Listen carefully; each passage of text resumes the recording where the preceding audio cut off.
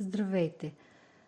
Това са кратки описания за работата ни с Google Classroom или Google класна стая.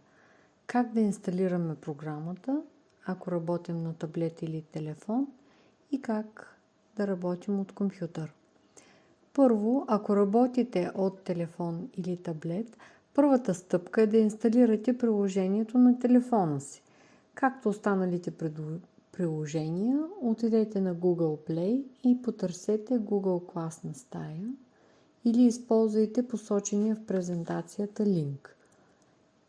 След като инсталирате приложението, ще видите на екрана на телефона си икона Classroom.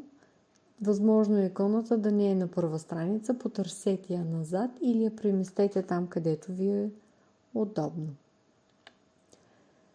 След като отворите иконата, ще видите тази страница, в която са описани всички курсове, в които вече сте включени.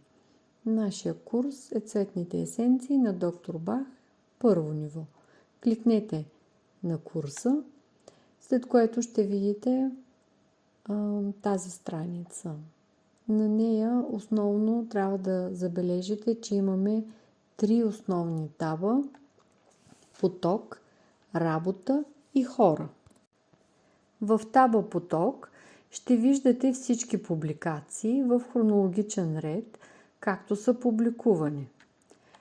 В следващия таб работа ще виждате публикациите в по-подреден вид.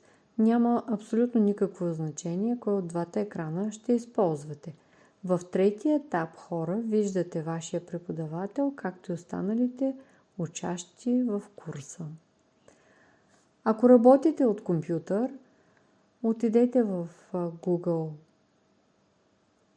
и напишете classroom.google.com. Изберете курса, в който сте включени, и екранът ви ще изглежда по този начин. Ще виждате абсолютно същите табове: поток, работа, хора и оценки, което в нашия курс няма значение. Пак припомням, поток виждате публикациите по хронологичен ред, както са публикувани, а в работа ги виждате по-подредени. В таба хора виждате преподавателите и вашите съученици.